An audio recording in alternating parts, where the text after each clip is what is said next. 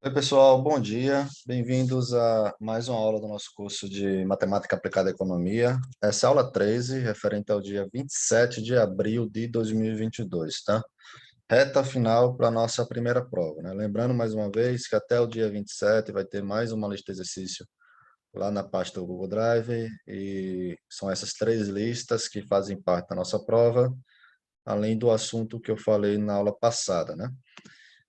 Falando em aula passada, na aula passada, eu falei para vocês desse teorema do sanduíche, tentei fazer uma prova para vocês sem ser essa daqui, né, que é utilizando coordenada a coordenada.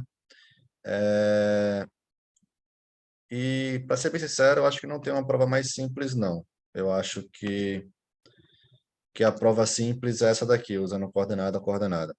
Eu quero fazer algumas observações, tá? Primeiro, né, se... Então, é se... não sei por que não está funcionando. Espera aí, só um segundo. Não entendi por que não está funcionando. Minha caneta não está funcionando, pessoal. Deixa eu só dar um pause aqui para eu verificar o que foi que aconteceu. Só um segundinho. Voltei. Então, fazer algumas observações no teorema do sanduíche, né? Então, primeira observação é o seguinte. Ele fala lá de uma sequência xn, uma sequência yn e uma sequência zn, né? Todas convergindo para A, não é isso?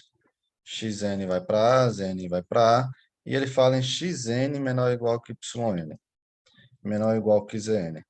Deixa eu usar... Bom, deixa eu fazer essa observação depois. Se o yn fosse um ponto intermediário sempre do xn, yzn, lembra? É o que eu falei para vocês, né? Eu tenho um ponto aqui xn, eu tenho um ponto aqui zn. A gente viu uma representação para fazer esse segmento de reta aqui, né? Que era o quê? 1 menos txn mais tzn. Se esse ponto yn aqui fosse sempre um intermediário, ou seja, com o mesmo t parado, independente do n, então a prova seria simples. Então, se o yn, então aqui é se, tá? Não é o teorema do sanduíche, é alguma coisa mais simples. Se o yn fosse igual a 1 menos txn mais tzn, aqui com t real, né? T perde 100 aos reais. Com t parado, t fixado, t não depende de n, então a gente teria que a norma de yn menos a, que é o seu limite, seria igual à norma de 1 menos txn mais tzn menos a. Isso aqui é igual à norma de 1 menos txn mais tzn. Aí aqui bota menos 1 menos ta mais menos, né, também, na verdade, isso. Menos t, que multiplicar. Esse a aqui, esse a daqui, eu posso escrever como sendo 1 menos ta mais menos ta, não é isso? Então, coloco um menos na frente. 1 menos ta mais ta, né? Então, coloco um menos na frente, fica 1 menos ta menos ta. É só ver isso aqui, ó. Menos 1 vezes a menos a. Menos com menos mais, ta menos ta. Vai cortar o ta com ta, vai ficar o a. Isso daqui vai ser igual, já que o t é um escalar, módulo de 1 menos t. Aí aqui a norma de xn menos a, mais módulo de t, norma do zn menos a. Só que isso daqui, como converge, é epsilon. Isso aqui, como converge, é epsilon. Lembra que a gente fez na aula passada? Existe um n0, tal que esse n é maior que o n0', então isso aqui é menor do que epsilon sobre 2, até eu chamei, podia ser o epsilon aqui. E aí também falei, olha, existe um n0 duas linhas, tal que isso aqui com n maior que o n0 duas linhas, isso aqui foi menor que epsilon. Então, pega um n maior que os dois n0, pega um n0 como sendo o máximo desse n0 aqui, para que isso aqui fique menor que epsilon, e esse n0 aqui, para que isso aqui fique menor que epsilon, você vai achar que a norma de yn menos a é menor do que 1 menos t epsilon. Vamos supor que t entre 0 e 1, tá? Para ficar mais fácil. T epsilon que é igual a epsilon, tá? Isso aqui eu estou fazendo muito rápido, porque eu não quero perder o tempo da aula nisso daqui hoje não, tá? Mas que deu para ter ideia. Se você não... se ficarem com dúvidas, podem me falar.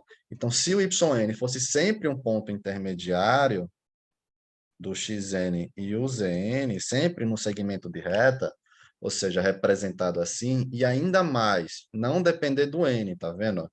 Então, os dois pontos da sequência, o yn está sempre na mesma distância do xn e zn. Então, isso aqui seria uma demonstração para aquele teorema do sanduíche lá, tá?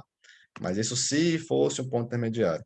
Como não é ponto intermediário no teorema em geral, que está escrito aqui, aí você tem que fazer coordenada a coordenada, como está mais ou menos feito aqui, tá? A prova correta, só para dar uma ideia, não é o nosso foco da aula de hoje, isso aqui tem n coordenadas, né? Está no Rn, o yk tem n coordenadas, está no Rn, zk tem n coordenadas, está no Rn. Então, vai existir um n0 linha da primeira coordenada, tal que isso aqui é satisfeito. Existe um n0 duas linhas da segunda coordenada, tal que isso aqui é satisfeito. Existe um n0 para cada uma dessas coordenadas aí. Você pega o máximo de todos esses n0s aí, então você vai ser que coordenada a coordenada, o yk vai estar muito próximo do A, consequentemente, da coordenada do correspondente do A. Consequentemente, a sequência converge para A. Agora, deixa eu fazer uma observação que eu acho que é mais interessante. Eu joguei o teorema do sanduíche. Quando eu olhei essa escrita aqui, como está aqui no RN, eu achei meio estranho na hora, na verdade. Eu joguei na internet, em geral, o teorema do sanduíche a gente não vê para pontos no RN. Por quê? Vamos lá. Cadê o Word que não abre? Nossa, o computador hoje não está me obedecendo muito, não. Vamos lá. Eu tenho... Então, isso aqui era a demonstração. Se for um ponto intermediário, né? Vamos pegar dois pontos nos reais. Então, nos reais, né? Que é o R1, que a gente pode escrever simplesmente como sendo o R, né? O que são os reais? São os 2, 5, 10, menos 5, menos 12, menos 2,8, raiz de 2 e por aí vai. Esses são os números reais, né? Então, quaisquer dois pontos que eu pegar nos reais, você pode me dizer se um ponto é menor ou igual que o outro, não é isso? O ponto 7 dos reais e o ponto 8. Então, eu sei que o 7 é menor ou igual a 8. O ponto menos 7 e o ponto 5. Vou pegar um exemplo melhor. O ponto menos 7 e o ponto menos 5. Então, eu sei que o 7 é maior ou igual que o menos 5, né? Na verdade, é maior, né? Então, quaisquer dois pontos que eu pegar nos reais, eu sei comparar esses dois pontos, tá? Isso não ocorre no RN, é por isso que, como está aqui, eu achei estranho. Cadê? O xk se é menor ou igual que yk, que é menor ou igual que zk, tá? Porque se eu pegar, por exemplo, o ponto xk, vamos pegar aqui no R2 agora, tá? Então, no R2. A gente até pode usar a definição que eu falei na aula passada e vai servir para a gente do tipo assim, se o x1 fosse igual ao ponto 1, 2, e o x2 fosse igual ao ponto 3, 5, então, coordenada a coordenada, 1 é menor ou igual a 3, 2 é menor ou igual a 5, então, a gente até pode escrever x1 menor ou igual a x2, tá? Mas, geralmente, isso não é feito no R2 ou espaço de dimensões maiores. Por quê? Porque nem sempre a gente pode comparar esses pontos. Vamos pegar aqui o ponto x1 barra como sendo 1, 0, e o ponto x2 barra como sendo o ponto 0, 2. Então, a gente tem alguma ordenação entre o x1 barra e o x2 barra? Não, né? Não é... Vou fazer o seguinte. Não é menor ou igual. Opa. Não é maior ou igual. Não é igual. Então, a gente não tem ordenação para esses pontos quando é a partir de duas coordenadas. A gente tem para uma coordenada. Para uma coordenada, ou seja, os reais, você tem comparação entre os números. Mas para pontos no R2, no R3, no R4, no R10, então não dá para comparar esses números, tá? Então, em geral, esse teorema do sanduíche, na verdade, ele é usado nos reais, tá? Aí sim, é o teorema tradicional que a gente vê em matemática. Então, o teorema do sanduíche nos reais é a mesma coisa que está aqui, tá? Eu não vou reescrever, não, mas é a mesma coisa que está aqui. Sejam xk, yk e zk sequências nos reais, esquece esse n aqui, tá?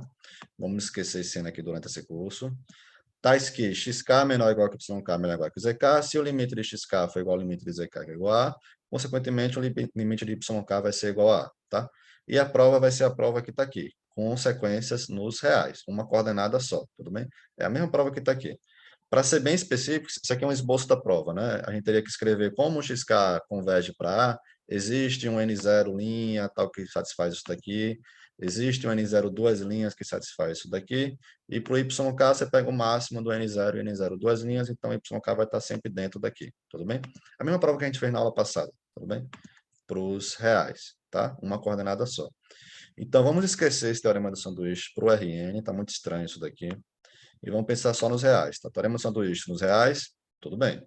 XK, YK e ZK, sequências em R, e com essa limitação aqui, se o limite das duas vão para A, então o limite da que está no meio vai para A também, beleza? Tem até um teorema do sanduíche também, não é nem teorema do sanduíche que chama, tem um outro nome, esqueci agora, que é uma consequência do teorema do sanduíche, que é bastante utilizado, que a gente não vai ver nesse curso, utilizando funções, tá? Se eu tenho duas funções e uma está no meio, então elas vão convergir para o mesmo ponto, tá? É isso, a observação que eu tenho para falar da aula passada. A gente ficou 2 aulas falando de sequência, eu acho que é importante isso, porque sequências é um tema extremamente importante dentro desse curso, que vocês vão ver durante o curso de mestrado e doutorado. Vamos continuar falando agora de um pouco mais de sequência, que é chamado ínfimo e supremo. O que é isso? Vamos lá. Tomemos o conjunto 1, 2 e o intervalo 1, 2. Observe que no primeiro caso, o conjunto é formado apenas por 2 números reais, enquanto no segundo caso, o intervalo é formado por infinitos números reais limitados entre 1 e 2. Está falando o seguinte, você tem um conjunto, isso aqui é um conjunto 1, 2. Aqui eu tenho 2 pontos. Quais são os pontos? O ponto 1 e o ponto 2. Não é isso? São subconjuntos desse conjunto aqui.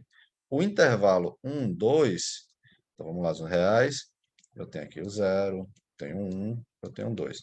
O intervalo 1, 2 é todo mundo que está aqui dentro. Então, por exemplo, 1,1, 1,11, 1,23, 1,789, 1,2323233, por aí vai. Todos esses números estão aqui dentro desse intervalo aqui, do intervalo que começa no 1 e termina no 2. Isso aqui tem uma infinidade de pontos, tá? Tem infinitos pontos ali dentro. O maior elemento desse conjunto 1, 2 aqui é o número 2. Agora, e o menor elemento é o número 1. Desse conjunto aqui é fácil. Se ele perguntar qual é o maior elemento do conjunto formado pelos pontos 1 e 2, você fala, Renan, é o 2. Certo. Qual é o menor elemento formado do conjunto 1 e 2? Você fala, Renan, é 1. Correto também. Agora, o intervalo 1, 2, intervalo aberto, né? Lembra da bola aberta? Não inclui os pontos extremos, né? Então, esse intervalo aberto aqui, todos os pontos que estão aqui dentro, sem incluir 1 e 2. Vamos deixar isso aqui no gráfico, que fica mais fácil. Quando eu escrevo assim, o intervalo aberto que vai do 1 até o 2, eu estou falando o seguinte. Eu pego aqui o 1, pego aqui o 2. Então, todo mundo que está aqui dentro, não incluindo o ponto 1 e não incluindo o ponto 2. Ou seja, todos esses pontos aqui, essa infinidade de pontos aqui. Tudo bem? Aí eu lhe pergunto, beleza, desse conjunto aqui, quem é o menor elemento? É 1. Desse conjunto aqui, quem é o maior elemento? É o 2. E desse conjunto aqui, qual é o menor elemento? Eu falei, não, é o 1. Mas espera aí, o 1 não faz parte desse conjunto aqui. Só para deixar bem claro, né, esse aqui é o conjunto do x pertencente a R, tal que 1 menor do que x, menor do que 2. Tá? O 1 não está aqui dentro. Fala, Renan, então não é 1 não, é o 1,001. Mas espera aí, o 1,0001 é menor ainda do que esse cara. Então você não tem o menor elemento dentro desse conjunto. Como também não tem o maior elemento dentro desse conjunto. Seria o 1 e o 2, mas o 1 e o 2 não estão nesse conjunto. Tudo bem?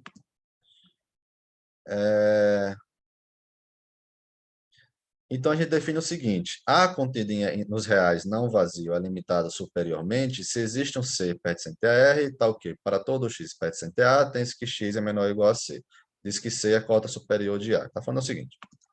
Então, a gente está nos reais, tá? Quando a gente falar de ínfimo e supremo, sempre vai ser os reais, dimensão 1, né? Então, tem pontos no reais, né? Tem 2, 3, menos 4, 4,18, por aí vai. Aí eu pego uma sequência, a gente está falando de sequência não, tá falando de conjunto, tá? Então, eu pego um conjunto que está nos reais, tá? Um conjunto diferente do vazio. O que significa ser diferente do vazio? Tem pelo menos um elemento, tá? Então, existe alguém ali dentro daquele conjunto, tudo bem? Então, a gente fala que C é uma cota superior. Qual foi o nome que ele chamou? Ah, que é limitado superiormente. Ou então dizemos que A é limitado superiormente. Na verdade, em geral, o pessoal usa esse nome aqui, tá? Limitado superiormente, tá? Se, lembra que A está contido nos reais, né? A é formado por números, é conjunto de números, tá? Pode ser um conjunto infinito, pode ser um conjunto finito. Por exemplo, antes de falar essa definição, A poderia ser o conjunto 1, 2, que nem a gente viu lá, formado pelo ponto 1 e pelo ponto 2. A poderia ser o próprio intervalo 1 até o 2, que a gente viu tem infinitos pontos. Isso aqui são conjuntos dos reais. Então, para ser limitado superiormente, tem que existir um C maior que zero, que é chamada cota superior, tá o quê? Ele pega o módulo, então não precisa ser maior que zero, não. Tá? Tem que existir um C real, tá o quê? Cada ponto dessa sequência aqui, cada ponto desse conjunto, tá o quê? Se x pertence a A, implica que x é menor ou igual a C. Tá? Vamos botar no gráfico isso daí? Acho que é mais interessante explicar no gráfico. Então, eu tenho os números reais, então eu tenho 0, tenho menos 1, menos 2, menos 3, menos 10, menos 1000, por aí vai. Tenho 0, 1, 2, 10, e por aí vai, né? Positivo, negativo, né? Então, eu tenho aqui um conjunto A formado de pontos dos reais, pode ser infinito, não importa. Para ele ser limitado superiormente, tem que existir um cara aqui, chama-se aqui de C, tal que todos os pontos desse conjunto A estão à esquerda do C. Ou seja, se x pertence a A, implica que x é menor ou igual a C. Vamos pegar o exemplo? A gente viu o A igual a 1, 2, não é isso? Então, diga um ponto aí que o A... primeiro, né? O A é limitado superiormente? É. Um exemplo, C igual a 2. Eu tenho que se x pertence a A, vamos escrever assim, acho que é mais legal. Para todo x pertencente a A, temos que x é menor ou igual a C. Quem são todos os elementos de A aqui? O 1, 1 é menor ou igual a 2, e o 2 é menor ou igual a 2. Outro exemplo, o C poderia ser 20. Não precisa ser o menor cara que limita. É alguém que todo elemento que está em A é menor ou igual a 20, concorda? Então, o C também seria um limite limitado superiormente por 20. Tanto o 2 como o 20 são cotas superiores para o conjunto A. Tá? Vamos pegar o outro conjunto A agora que a gente viu. A igual a intervalo aberto que vai de 1 até 2. Então, diga um limite superior para A. O próprio 2. Então, A também é um conjunto limitado superiormente. Qualquer ponto de A, veja que a gente tem infinitos pontos dentro desse intervalo aí, a gente tem que x é menor ou igual a 2, né? Menor ou igual a C, que é o 2 aqui. Né? Vou botar C aqui, que eu vou mudar. Então, C é uma cota superior. C poderia ser 1000, é outra cota superior. Todos os pontos de A estão ali dentro. Vamos pegar outro conjunto. Vamos pegar A igual ao conjunto 1 ao quadrado, 2 ao quadrado, 3 ao quadrado, 4 ao quadrado e por aí vai. Isso aqui dá 1, né? Isso aqui dá 4, 9, 16, 25. Vocês estão vendo a tendência. Isso aí vai-se embora, né? Esse conjunto é limitado superiormente? Não. Por quê? Existe algum C tal que, para todo x, qualquer ponto de A, a gente tem que x é menor ou igual a C? Você fala, Renan, para esses pontos aqui, poderia ser C igual a 20. Concordo. O 1 é menor ou igual a 20, o 4 é menor ou igual a 20, o 9 é menor ou igual a 20, o 16 é menor ou igual a 20. Mas o 5 ao quadrado aqui, 25, já vai ser maior do que 20. Ah, Renan, pega um C bem grande aí, pega C igual a 1 milhão. Tudo bem, mas um desses termos aqui, o termo 1 milhão, é 1 milhão quadrado. 1 milhão quadrado é maior do que 1 milhão. Então, também não vai ser um limite superior. Então, nunca vai existir um C, não existe um C, tal que seja uma cota superior para esse conjunto. Então, o conjunto A, nesse caso aí,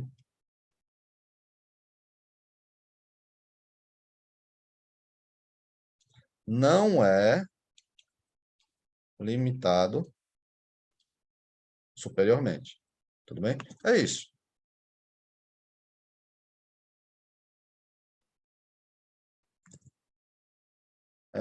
Então, aqui um exemplo que ele pegou, A igual ao conjunto aberto de 1 até 2, contido nos reais, é um intervalo limitado superiormente, pois para todo x que está em A, temos que o x é menor que 2, por exemplo. 2 é uma cota superior. 2,1 é uma cota superior. 3 é uma cota superior. 50 é uma cota superior. 1000 é uma cota superior. Você tem outras cotas superiores que você pode escrever. Então, isso aqui todas são cotas superiores do conjunto A igual ao intervalo do 1 até o 2. Definição 2, isso aqui é bem interessante, tá? O supremo de A, o sup de A, é tal que o sup de A é maior ou igual a x para todo x pertencente a A, ou seja, o sup de A é uma cota superior do conjunto A, e se y é maior ou igual a x para todo x pertencente a A, então y é maior ou igual que o supremo de A, ou seja, o supremo de A é a menor das cotas superiores de A. Renan, não entendi nada, vamos lá. Isso aqui é uma definição já um pouco mais intuitivo. Então, a gente está falando de supremo de A, né? De um conjunto A, né?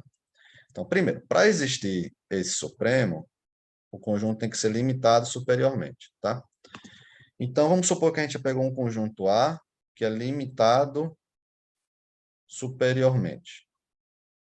Vamos pegar o conjunto A como sendo o intervalo aberto de 1 até 2, né? A gente viu que o intervalo aberto de 1 até o 2 é um conjunto que é limitado superiormente, né? Aí eu falei para vocês, olha, o 2 é uma cota superior, o 2,1 é uma cota superior, o 10 é uma cota superior, o 100 é uma cota superior, o 1000 é uma cota superior e por aí vai. Tem várias cotas superiores, não é? Fala, é verdade. Agora, dessas cotas superiores aqui, quem é a menor dessas cotas superiores? É o 2.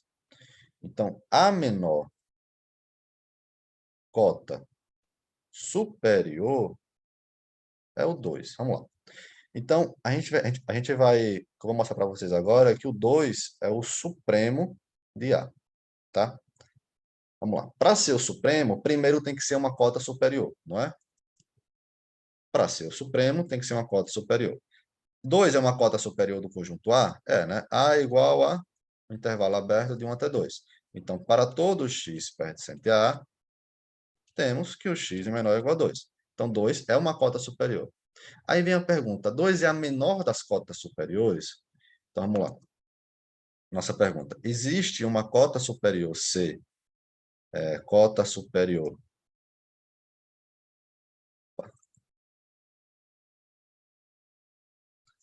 tal que C é menor do que 2?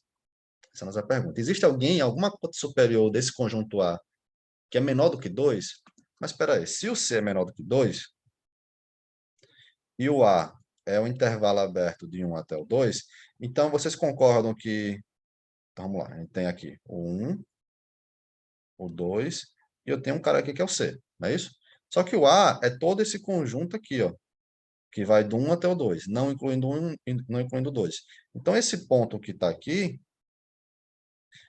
vou chamar esse ponto de x, a gente tem que C é menor do que x, que é menor do que 2. Concorda?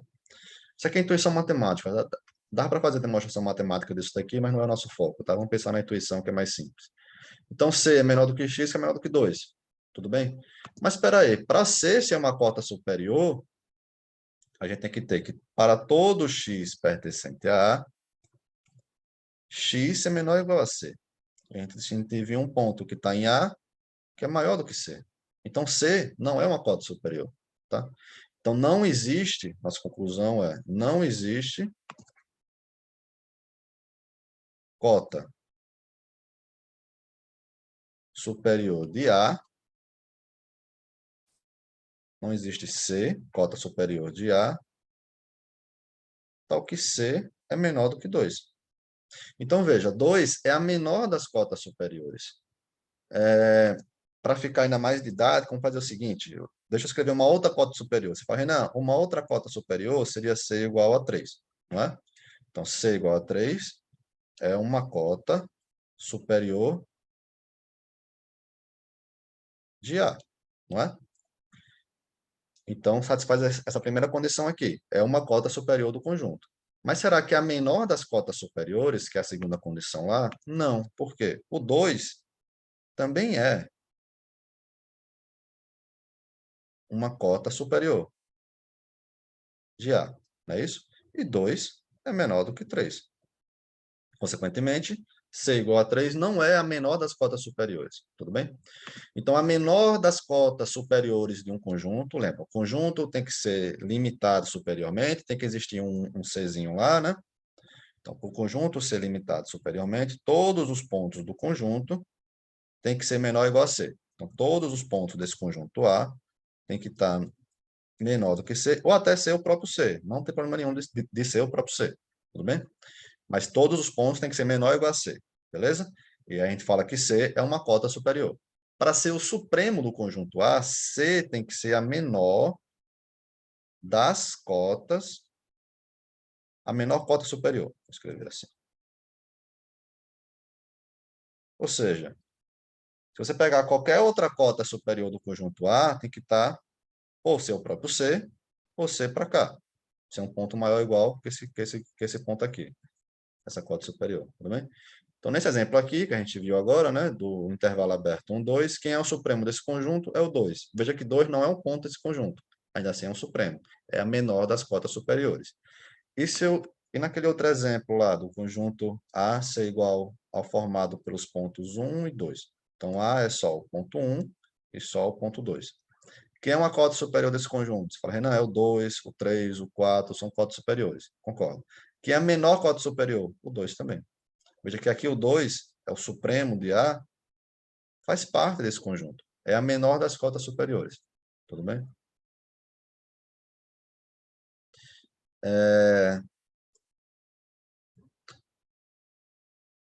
Estou pensando aqui, é porque supremo, né, é um assunto um pouco mais abstrato, tá? Tem que trabalhar um pouquinho mais em cima disso.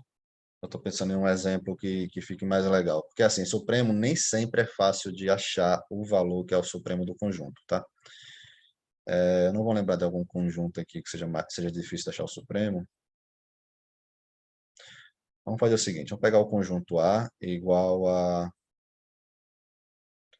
1 sobre N. Vamos brincar um pouquinho com essas sequências aqui. Então, o conjunto A, eu vou pegar como sendo o ponto 1, 1 meio, 1 terço, e por aí vai. Ou seja, é a sequência 1 sobre N. Tá? O conjunto A é infinito, né? Então, se a gente escreve o A... Bom, primeiro, né? Se puder dar um pause aí agora no vídeo e pergunta para você mesmo. Quem é o supremo de A? Tá? Então, estou supondo aqui que vocês já pausaram, despausaram e já voltaram para a aula, né? Essa é a vantagem de ter o vídeo no YouTube. Quem é o supremo de A?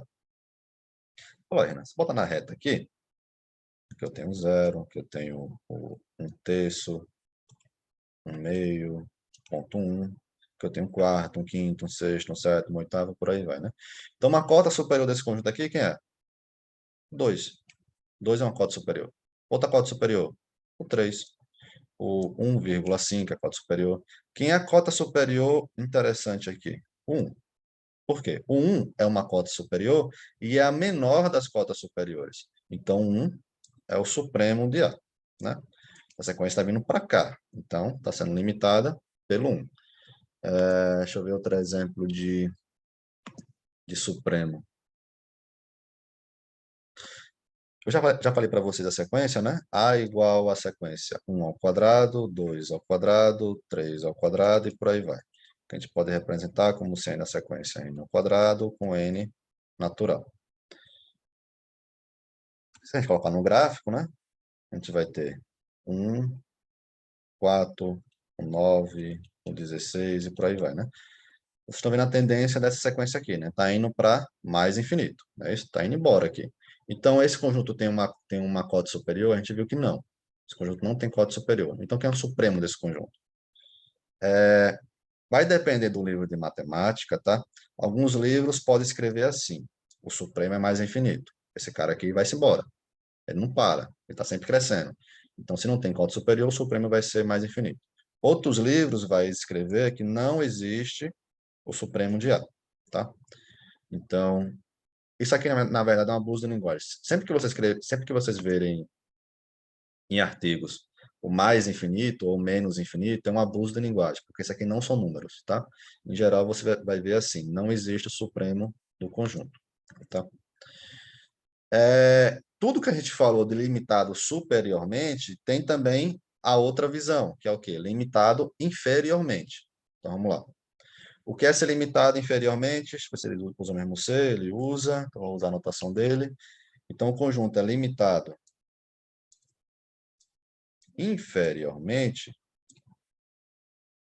se existe um C. Lembra, a gente está falando aqui sempre nos reais, tá?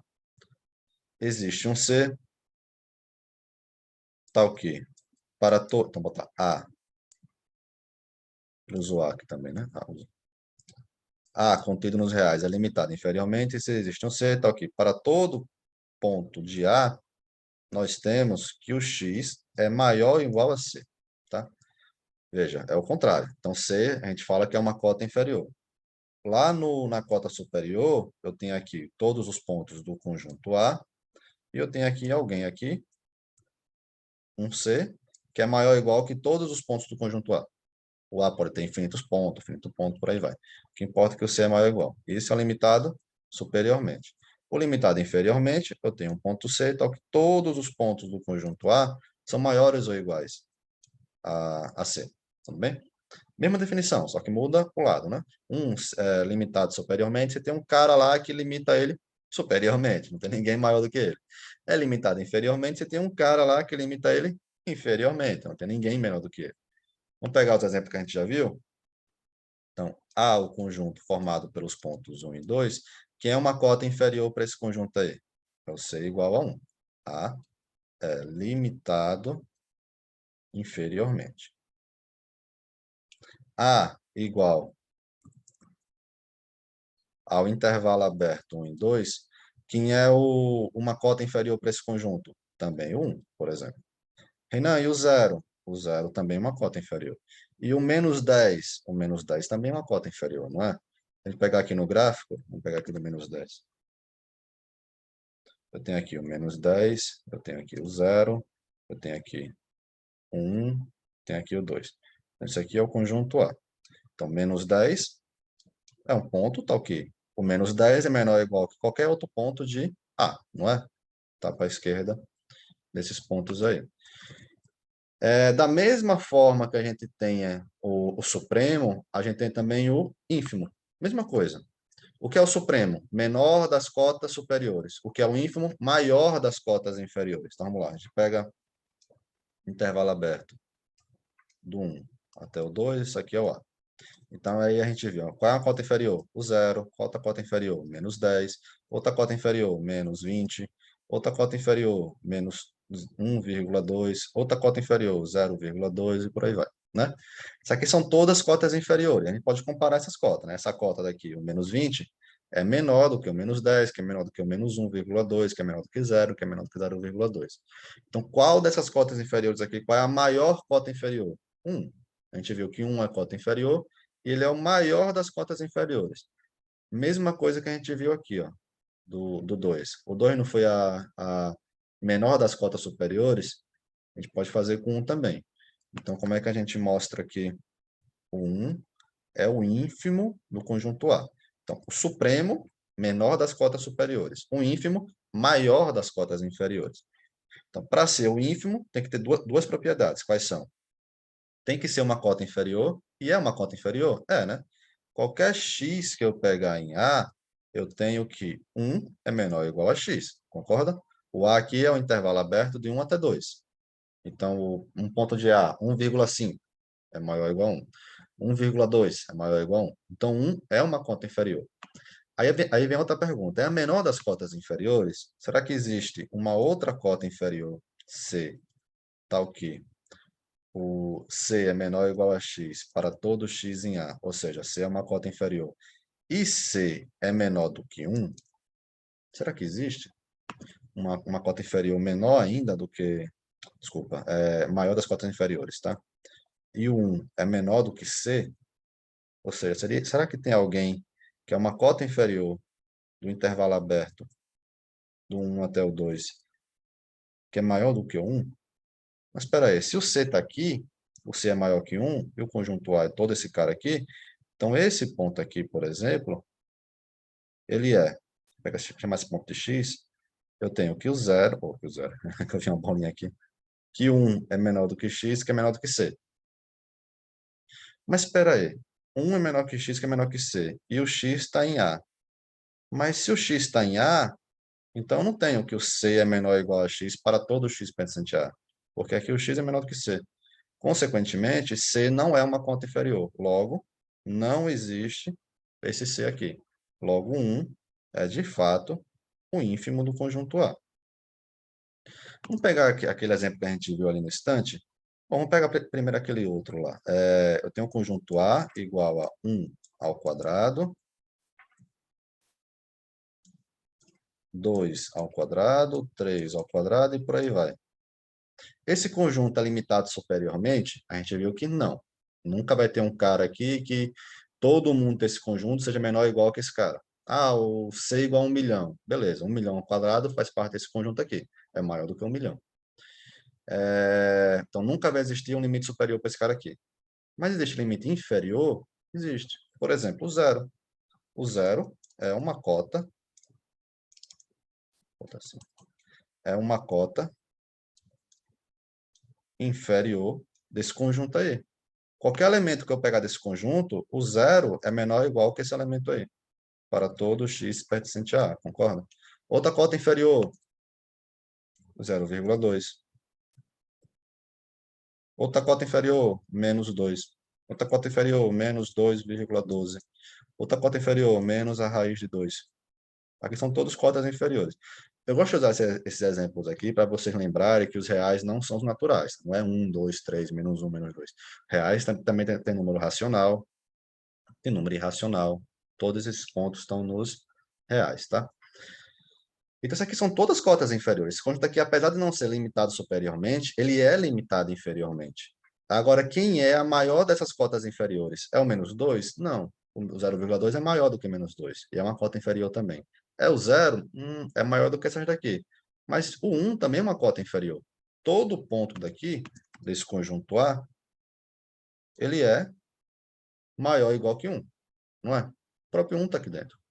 Então, quem é o ínfimo desse conjunto? Quem é a maior das cotas inferiores desse conjunto A? É 1. Tudo bem? Então, veja, esse aqui é um exemplo legal, porque é um conjunto que não é limitado superiormente, mas é limitado inferiormente. Não tem supremo de A. Supremo de A, aquele abuso da linguagem, era o mais infinito. Mas tem o ínfimo de A. Ínfimo de A é igual a 1. Vamos pegar aquela outra sequência lá. A igual a 1. Vou botar a sequência logo. 1 sobre N com N natural, né? Esse conjunto, a gente viu que ele tem um supremo, não é? A gente viu lá atrás que ele é limitado superiormente e o supremo de A era igual a 1, não é isso? Aí eu lhe pergunto agora, ele é limitado inferiormente? Por exemplo, o menos 10 é uma cota inferior? É, né? Porque o menos 10 é menor ou igual que 1 sobre N.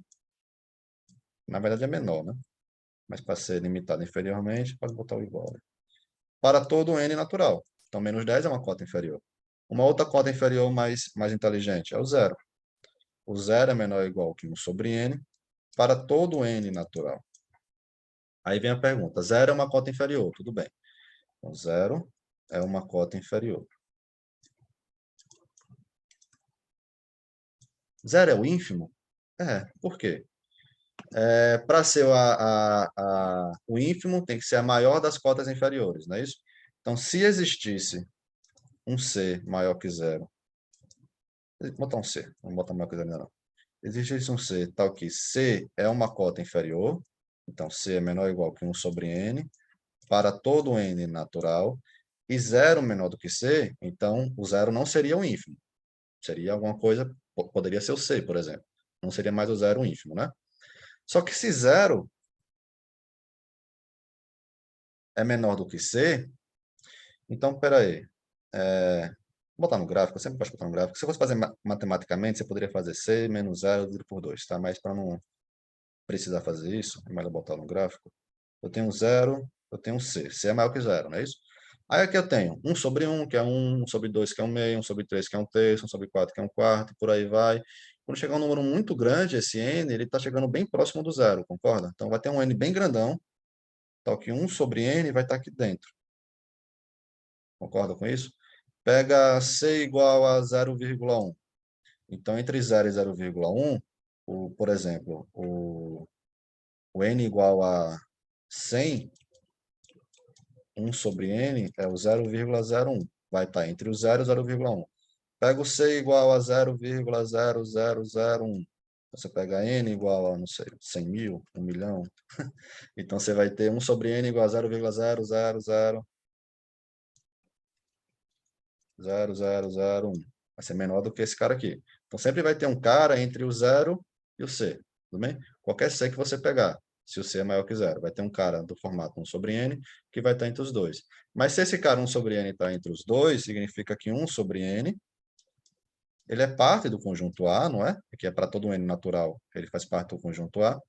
E 1 sobre n é menor que c. Então, c não é cota inferior. Então, veja que interessante. O que a gente mostrou aqui, que o zero é uma cota inferior e que é a maior das cotas inferiores. Qualquer cara que eu pegar depois do zero não pode ser mais cota superior. Consequentemente, o zero é o ínfimo desse conjunto aqui, 1 sobre n. Tá? Deixa eu escrever aqui. Então, zero é o ínfimo do conjunto A. Tudo bem? Por que ínfimo e supremo são importantes em matemática? Veja que a sequência 1 sobre n, se eu perguntasse para vocês, quem é o limite da sequência 1 sobre n? Renan é o zero. Então, tem uma relação muito forte entre limite e ínfimo e supremo. Tá? Daqui a pouco a gente vai ver isso daí. Em matemática, tem um negócio que é muito interessante, que é o seguinte. Chamado axioma da completeza. Todo subconjunto dos reais, limitado superiormente, possui um supremo. Todo subconjunto dos reais, limitado inferiormente, possui um ínfimo. Tá? Então, vamos lá. O axioma da completeza está falando o seguinte. Se o A, contido nos reais, ele é limitado superiormente,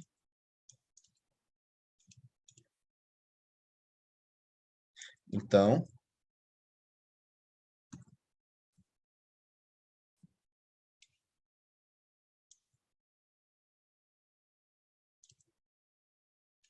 existe o supremo de A.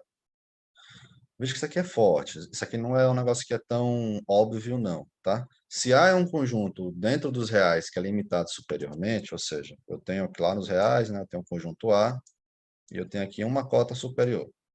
Não estou dizendo que isso aqui é o supremo, é uma cota superior. Eu posso ter uma outra cota superior aqui, outra cota superior aí, por aí vai. O que esse axioma está falando para a gente é o seguinte, se A é um conjunto limitado superiormente, então vai existir um cara aqui que é o supremo de A.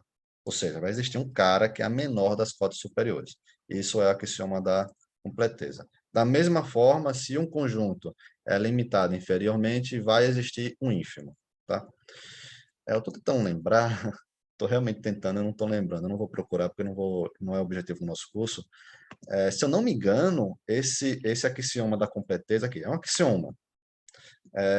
A matemática foi construída em cima dos axiomas de Euclides. Então, o Euclides chegou e fez axiomas, toda a matemática foi construída em cima desses axiomas, chegou um momento que a matemática não era mais, que foi necessário adicionar axiomas, tá?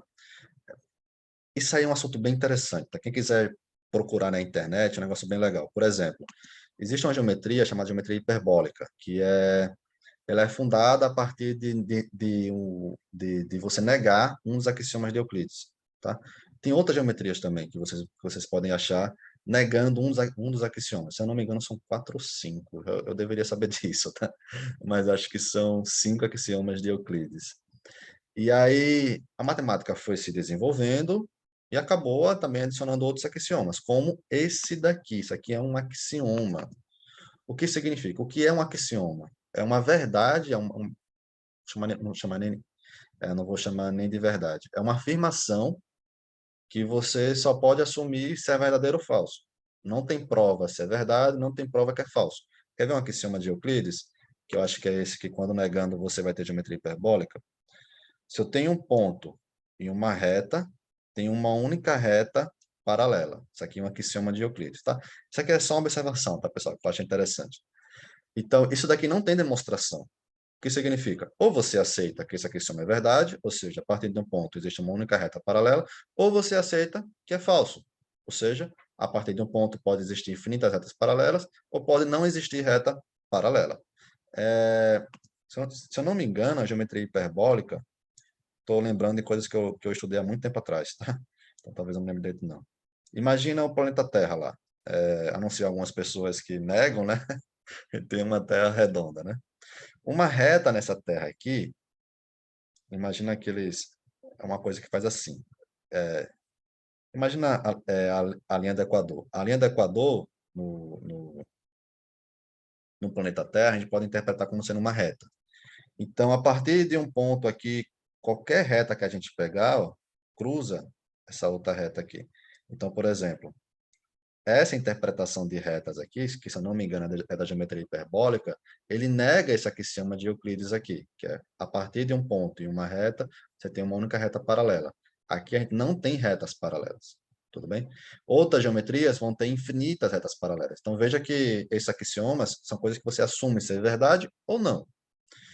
O axioma da completeza também é um desse. Isso aqui até parece simples, né? Você fala, olha, Renan, eu tenho um conjunto aqui que é limitado superiormente, ou seja, tem uma cote superior, tem outra cote superior, outra cote superior, tem um cara aqui que é o supremo desse conjunto. Eu tenho a menor das cotes superiores. Parece simples, né? Mas mesmo isso daqui é um axioma. Você pode aceitar como sendo verdade ou não. Existe matemática sendo feita assumindo que isso aqui não é verdade. Sendo bem sincero, eu escutei isso de um matemático, de um grande matemático brasileiro. Esse axioma aqui é tão óbvio, é tanta coisa de matemática feito assumindo que esse axioma é verdadeiro, que praticamente não existe matemática assumindo que isso aqui é falso. Tá?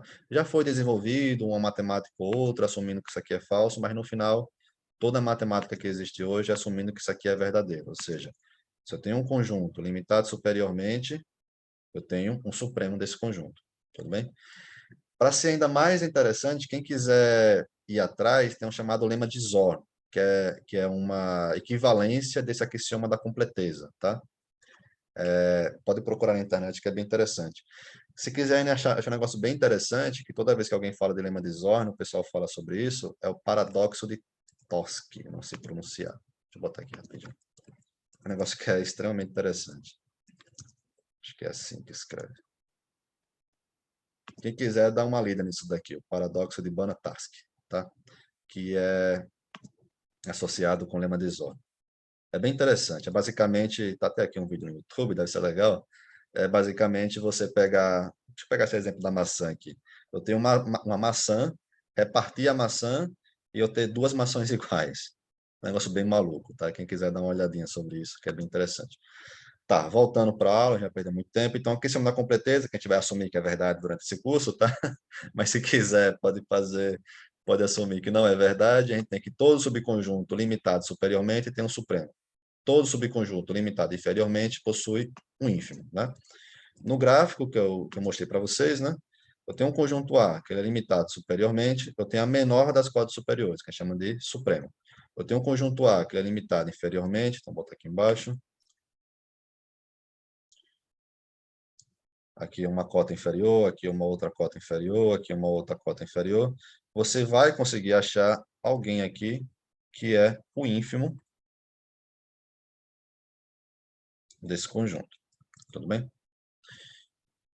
Beleza, e tudo isso que a gente está falando de ínfimo e supremo, que vocês já estão ficando chateados porque é um assunto abstrato, é por quê? Porque a gente vai voltar a falar de sequências e o ínfimo e supremo vai ser importante. Definição. Aqui está, durante toda essa aula, nos reais, tá? Sequências nos reais.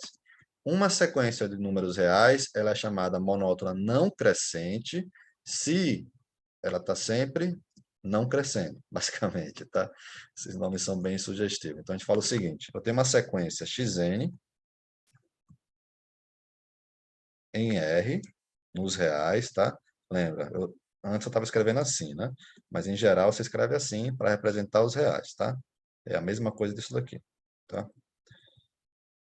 Então, tem uma sequência em reais. Eu falo que a sequência é monótona, não crescente, significa que não cresce. Ou seja, se n maior do que m, implica que xn é menor do que xm, tá?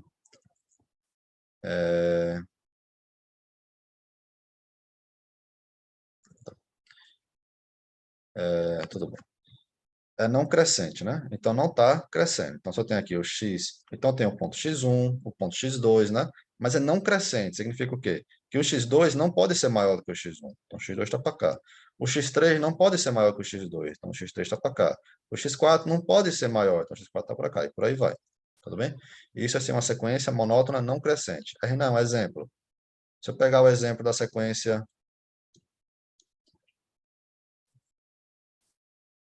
xn, botar assim, eu sei que é uma bolsa de linguagem, mas é melhor do que estar escrevendo. A sequência 1 sobre n, com n natural. Então, quem é o primeiro ponto nessa sequência? É o x1, que é quanto? 1. Quem é o segundo ponto? É 1 meio. Terceiro ponto é 1 terço. Quarto ponto é 1 quarto. E por aí vai. Então, veja, se a gente colocar no gráfico, aqui é o 1, que é o x1. Eu tenho 1 meio, que é o x2. Eu tenho aqui 1 terço, que é o x3, e por aí vai. Então, essa sequência aqui é uma sequência não crescente, está sempre voltando, né? Cada termo está um termo menor do que era o termo anterior. Ela até escreveu aqui, a sequência sobre n, ela é uma sequência monótona não crescente. Monótona, o que é importante aqui dessa parte de ser monótona não crescente? Porque o termo monótona, né? Tá sempre assim, ó, um ponto menor do que o outro. Não é que um ponto aqui, o x2 é menor que o x1 e o x3 é maior, fica indo e voltando, sabe? Tá sempre diminuindo. Então, monótona não crescente. E o que é monótona não decrescente?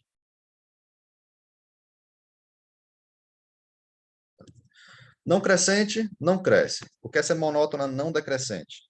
Não decresce.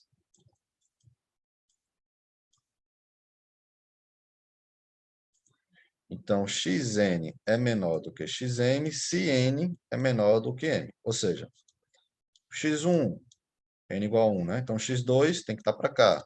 x3 tem que estar para cá, tem que ser maior. x4 tem que ser maior, e por aí vai. Então, isso aqui é uma sequência que não decresce. Uma sequência não decrescente. Tem sempre o termo um maior que o outro. Um exemplo, a sequência n ao quadrado. Então, quem é o primeiro ponto? É o 1. Quem é o segundo ponto? É o 4. Quem é o terceiro ponto? É o 9. O quarto é o 16, 25 e por aí vai. Isso aqui é uma sequência não decrescente, está sempre crescendo. Tá? E aí o teorema que é interessante, que é importante, deixa eu ver se eu faço mais algum exemplo. Deixa eu pegar aqui, antes de falar desse teorema, se eu pegasse o conjunto A formado pelos pontos 1, 2, 1, 2, 1, 2 e por aí vai. Ou seja, os termos ímpares. Não pega conjunto, não, pega a sequência. Está falando de sequência, né? Até porque fala de conjunto aqui. Então, pegar a sequência xn formada pelos pontos 1, 2, 1, botar assim. A sequência 1, 2, 1, 2 e por aí vai. Ou seja, os termos ímpares dessa sequência são iguais a 1. Os termos pares são iguais a 2. Tudo bem? Essa é uma sequência monótona não crescente, ou seja, está sempre decrescendo? Não, né? Daqui para cá, decresce. Daqui para cá, realmente, o termo x2 ele é menor do que o termo x3. Não é? O x3 decresceu, né? Em comparação ao termo x2. Agora, daqui para cá, ó, o x3 ele é menor do que o x4. Então, daqui para cá ele está crescendo. Então, ou seja, daqui para cá ele decresceu, mas daqui para cá ele cresceu. Então, nem é monótona não crescente, ou seja, não é que sempre decresce, já que aqui a gente viu que ele está crescendo, do ponto x3 para o x4, como também não é monótona não crescente. Não é que sempre decresce. A gente viu aqui, do 2 para 1 ele decresceu, do 1 para 2 ele já cresceu. Então, nem é monótona não decrescente, nem é monótona não crescente, tá? Esse é um exemplo que nem é monótona não decrescente, nem é monótona crescente. Vou fazer outro exemplo, deixa eu pensar em outro exemplo. Um sobre n a gente já viu. Aquela sequência lá que eu escrevi para vocês. 1 ao quadrado, 2 ao quadrado, 3 ao quadrado. Ah, já falei, né? Ela é monótona, ele está sempre crescendo, né? Então, é monótona não decrescente. Outra sequência.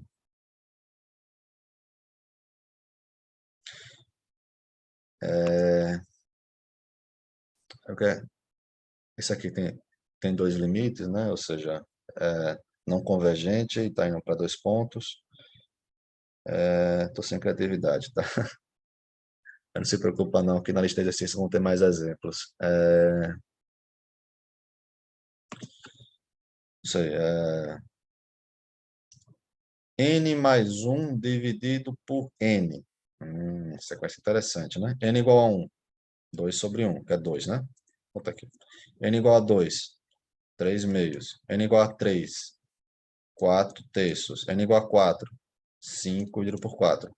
Se você fizer essa conta aí, ó, você vai ter o 2, aí o 3 meio, que é 1,5, 4 terços, que dá o quê? 1, alguma coisa, né? 1,3, talvez. E por aí vai. Então, essa sequência, ela está sempre, ó, do 2 caiu para o 3,5, caiu para cá. Então, ela está decrescendo. Então, ela é não crescente. Essa é uma sequência não crescente. Tudo bem?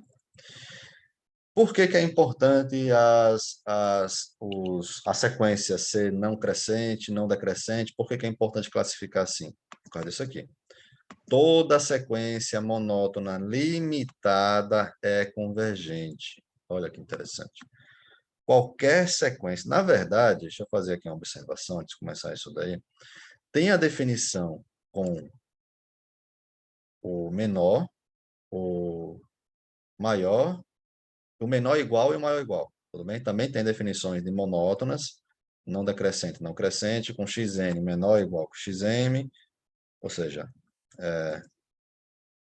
não necessariamente vai decrescer, ela pode ficar parada no ponto, e também o contrário, tudo bem? Acho que deu para entender, né? Eu não gostei muito daquela definição, não. Deixa eu fazer o seguinte. Não crescente significa que a sequência ela não está crescendo, né? Então, vou botar assim. Não crescente.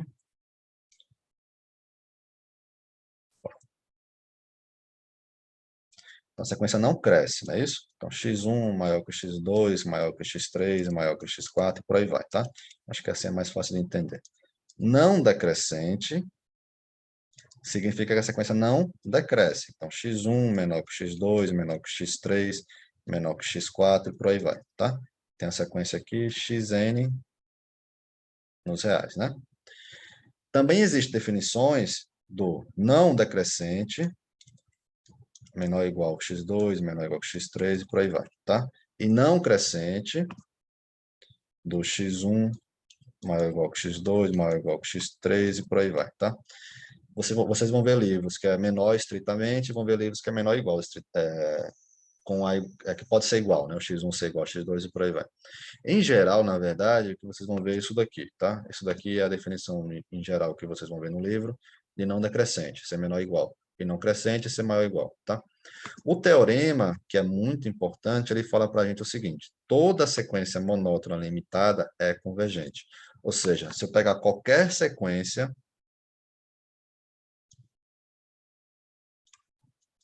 xn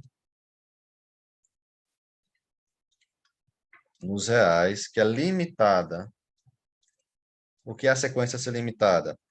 A gente não definiu, né? Mas existem A e B, tal que A menor ou igual que xn, que é menor ou igual a B, para todo n. Acho que definiu numa aula anterior, na verdade. Isso aqui é a sequência ser limitada, ou seja, a sequência tem uma cota inferior e tem uma cota superior. Então, a sequência é limitada. Tem dois caras lá no reais, que todos os pontos da sequência estão no meio dos dois, tá? Pode ser A igual a menos 1 milhão, B igual a 1 milhão. Não importa o tamanho desse intervalo aqui. Mas todos os pontos aqui dessa sequência estão aqui dentro, tá? Aí ele fala o seguinte, qualquer sequência nos reais limitada, ela é convergente, ou seja, vai existir um cara, deixa eu ver qual o nome que ele chama aqui. Ah, não chama não, ou ele chama. Não chama. Vai existir um cara, vou botar aqui um C, tal que o limite da sequência é igual a C. Então veja como isso aqui é forte. Qualquer sequência monótona, não crescente, não decrescente, você pode usar a definição do menor igual, do maior igual, limitada tem um limite. O que eu estou falando? Vou deixar bem claro para vocês. Vamos pegar a sequência n mais 1 sobre n. Isso aqui é uma sequência monótona, que a gente viu. É monótono o que mesmo que a gente viu? A gente viu que está sempre caindo, né? Está sempre caindo, x1 é menor do que x, ou x1 é maior que x2, por aí vai. É uma sequência não crescente, não é isso? Isso aqui é uma sequência não crescente e é limitado. Por quê? Zero é menor do que n mais 1 sobre n, para todo n natural, concorda? Qualquer valor que você escrever n igual a 10, 20, 30, por aí vai, o zero é menor do que isso daqui. Isso aqui é menor do que 10, por exemplo. Então, isso aqui é uma sequência limitada e monótona. Então, tem um limite. Então, aí você fala, Renan, mas eu não sei qual é o limite. Não importa, importa que tem um limite no n mais 1 sobre n. Então, existe esse limite. Então, veja, antes de você mesmo saber quem é o limite, você já sabe que existe. Aí depois você vai ver, então se existe um limite, quem vai ser o seu limite? Nesse caso aqui vai ser n sobre n é 1, mais 1 sobre n, que é o limite de 1 mais o limite de 1 sobre n, que é igual a 1. Tudo bem? Então, esse limite existe. Então, veja como isso aqui é interessante. Mesmo você sem saber quem é o limite, você pode mostrar se a sequência tem um limite ou não. Mesmo você sem saber o valor do limite. Então, veja como isso é legal. Tem uma sequência que não é simples, chamado 1 mais 1 sobre n elevado a n. Tá? Eu estou arriscando aqui, tá? Mas eu tenho quase certeza que isso aqui, o limite disso daqui. Então, primeiro, né? Antes de eu falar sobre isso daqui. Quem é o limite? Primeiro, eu coloco lá uma questão na prova. Quem é o limite de 1 mais 1 sobre n elevado a n? Hã? Quem é o n igual a 1 aí? Vai dar 1 mais 1 meio. 1 mais 1 meio elevado a 1, né? Vai dar 3 meios. N igual a 2. 2 mais 1, 1 mais 1 meio. Desculpa, falei errado. N igual a 1. Então, vai ser 1 mais 1, 2, elevado a 1, 2. N igual a 2, 1 mais 1 meio, 1,5, elevado a 3 meios. 3 meio elevado a 2. N igual a 3, 1 mais 1 terço, vai dar 4 terços, elevado a 3. N igual a 4, 1 mais 1 quarto, dá 5 quartos, elevado a 4. Ali pergunta, para onde vai isso daqui? Você fala, o quê, Renan? Como assim? Isso aqui vai para onde? Aí a primeira coisa que você pode se perguntar é, primeiro, existe esse limite aqui? Aí você vai ver que existe. Eu não vi direito, tá? Mas eu acho que isso aqui é uma sequência monótona, tá? A gente teria que comparar. Bom, vamos fazer aqui rapidinho. Se a gente fosse comparar 1 sobre n, isso aqui vai ser em 1 mais 1 sobre n mais 1 elevado a n mais 1. Vamos fazer o seguinte, para a gente não ficar na matemática aqui, eu tenho quase certeza que essa sequência é monótona. Quem quiser, por curiosidade, compara, para ver se essa sequência é não crescente, não decrescente, e por aí vai, tá? Isso aqui é menor, isso aqui é maior, tá? Mas tenho quase certeza que essa sequência aqui é monótona. Essa sequência sendo monótona, uma outra coisa interessante é o seguinte, essa sequência é limitada.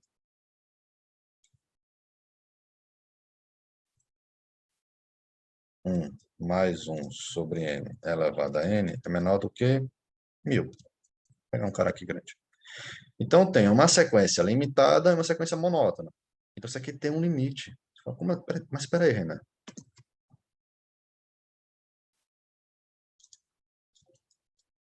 1 mais 1 sobre n elevado a n. O que a gente acabou de mostrar aqui é que esse negócio aqui tem um limite. Veja que não é fácil achar esse limite. É uma sequência monótona, é uma sequência limitada. Então, o teorema fala para a gente, tem um limite. Quanto é o limite? E aí? Se eu falasse para vocês, quanto é o limite disso daqui? Fala, Renan, não é fácil calcular esse limite aqui, com certeza. Se eu não me engano, tá? Eu estou lembrando de coisas que eu vi há muito tempo atrás, então quem puder confirma depois. O limite disso daqui... Opa, nossa,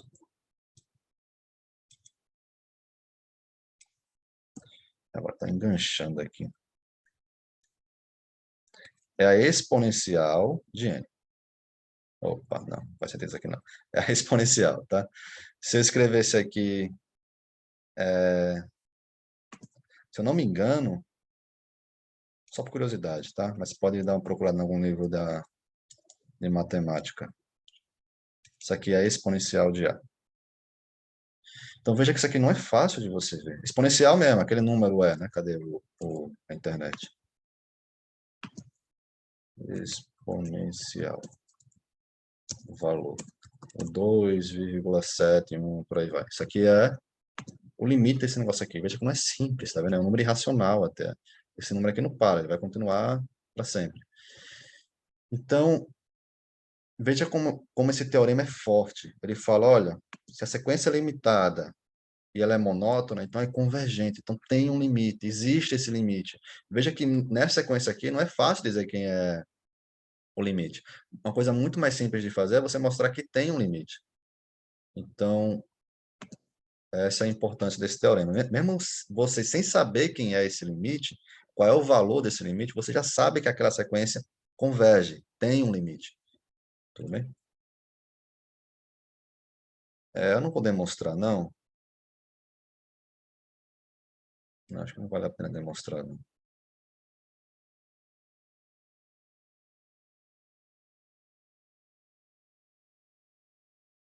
Tá.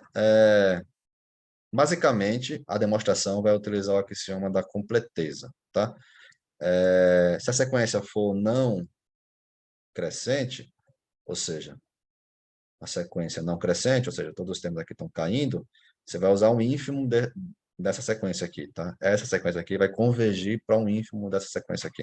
O ínfimo existe por quê? Axioma da completeza. Você tem um conjunto limitado, eu tenho um ínfimo e um supremo, tudo bem? Então, se a sequência não crescente, ele vai convergir para o ínfimo dessa sequência. Se a sequência não decrescente, vai convergir para o supremo dessa sequência, tá? Não vou demonstrar não, que eu acho que é mais matemática do que a gente precisa para esse curso. Finalmente, a gente tem um teorema chamado teorema que é extremamente importante, chamado teorema de Bolzano-Weierstrass. Toda sequência limitada em Rn possui uma subsequência convergente. Então, o que é que fala o teorema de Bolzano-Weierstrass, que é extremamente importante também na economia, tá? Quem está achando aí que a economia não usa isso bastante, na verdade. Cadê? Teorema, vou arriscar aqui, tá? Se você escrever Bolzano, tá horrível aqui de escrever. Weierstrass. Acho que eu acertei. Falta, eu sempre esqueci. Weierstrass. Esse teorema fala o quê? Se eu pegar qualquer sequência nos reais, olha, outra vez está falando de RN ali, eu acho que é reais, tá? Para usar o RN, você vai ter que usar o conjunto compacto. Não, pode usar para o RN, tudo bem. Mas tem que ser, tá vendo? Tem que ser um conjunto compacto, que é o fechado e limitado. Aqui a gente não fala de compacto ainda. Tá, vamos fazer o seguinte. Vamos usar esse teorema de Bolzano-Weierstrass para sequências em reais, tá? Esquece aquele RN lá. Até porque não faz sentido falar de limitação sem falar de conjunto compacto. Então, se qualquer sequência nos reais possui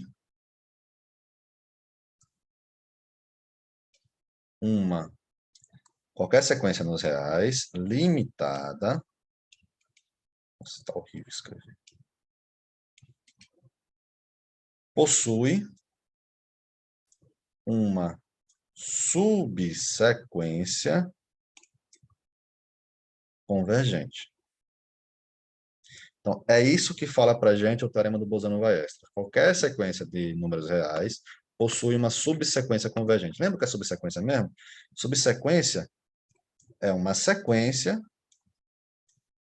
formada por termos da sequência original. Por exemplo, relembrando, né? Eu pego a sequência 1, 1 meio, 1 terço, 1 quarto, por aí vai. Isso aqui é a sequência 1 sobre n, não é isso? Uma subsequência seria só pegar esses termos aqui ímpares. 1 terço, 1 quinto, 1 sétimo, por aí vai. Isso é uma subsequência da sequência. É uma sequência... Opa. É uma sequência... É o seguinte, porque eu cheguei no meu limite de páginas aqui. Que eu tava. Mas está acabando a aula, tá? Prometo para vocês. É uma sequência dentro da minha sequência original. Então, por exemplo, a sequência 1, 1 terço, 1 quinto, 1 sétimo e por aí vai, é uma subsequência da sequência original aí. Outra subsequência poderia ser os termos pares. 1 meio, 1 quarto, 1 sexto e por aí vai. É uma outra subsequência. Outra subsequência, os termos múltiplos de 3. 1 terço, 1 sexto, 1 sobre 9 e por aí vai. Então, todas essas daqui são subsequências da sequência original. O que o teorema de Bolzano-Weierstrass fala para a gente é, se eu tenho qualquer sequência de números reais limitada, ou seja, eu tenho uma sequência, eu tenho pontos aqui A e B, e os termos dessas sequências estão aqui dentro, está limitada. Vai possuir uma subsequência convergente. Ou seja, tem uma subsequência em que existe o limite nessa subsequência, tá? Por que que isso é importante não só em matemática, como em economia, como em outras áreas também? Porque, em geral, de novo o que eu falei, acho que eu falei isso na aula passada, você começa com a condição inicial. Aí você vai para um ponto lá que você achou a partir do seu modelo. Desse ponto, você vai para outro ponto, usando isso aqui como condição inicial, né? Você estava lá no ponto C0, você foi para o ponto C1, foi para o ponto C2. No C2 você vai para outro ponto, C3 e por aí vai. Vai para outro ponto C4, vai para outro ponto C5 e por aí vai, tá? Então, essa sequência aqui, vamos pensar nos reais, né? Então, seriam... Aqui você começou no C0, aí você foi para o C1. Aí você rodou seu modelo, veio para o ponto C2. Rodou de novo, veio para o ponto C3. Rodou de novo, veio para o ponto C4. Rodou de novo, veio para o ponto C5. Por aí vai. Essa sequência que você pegar, não necessariamente vai estar organizadozinho, ou seja, vai ser um termo menor igual que o outro, ou maior igual. Não vai ser monótona não crescente, monótona não decrescente. Mas, em geral, vai ser limitado. E a partir do momento que é limitado e você utiliza o teorema de Bolzano-Weierstrass, você sabe o seguinte, tem uma subsequência convergente. Ou seja, existe um limite para uma subsequência desses termos aí, que provavelmente vai ser a solução do seu modelo. Tudo bem? Resumindo, é isso, tá? Para ser, sendo bem sincero, o que geralmente é utilizado é no RN. A gente vai ver isso provavelmente na nossa última aula de conteúdo, que é esse teorema aqui, ó, no final do material. Tem muita coisa aqui que eu não vou fazer, tá? Sequência de Cauchy, por exemplo, a gente não vai trabalhar com isso aí, não. Aqui, teorema de Weierstrass, que é o Bolzano-Weierstrass para conjuntos compactos. E aí sim, dentro do RN. A gente vai ter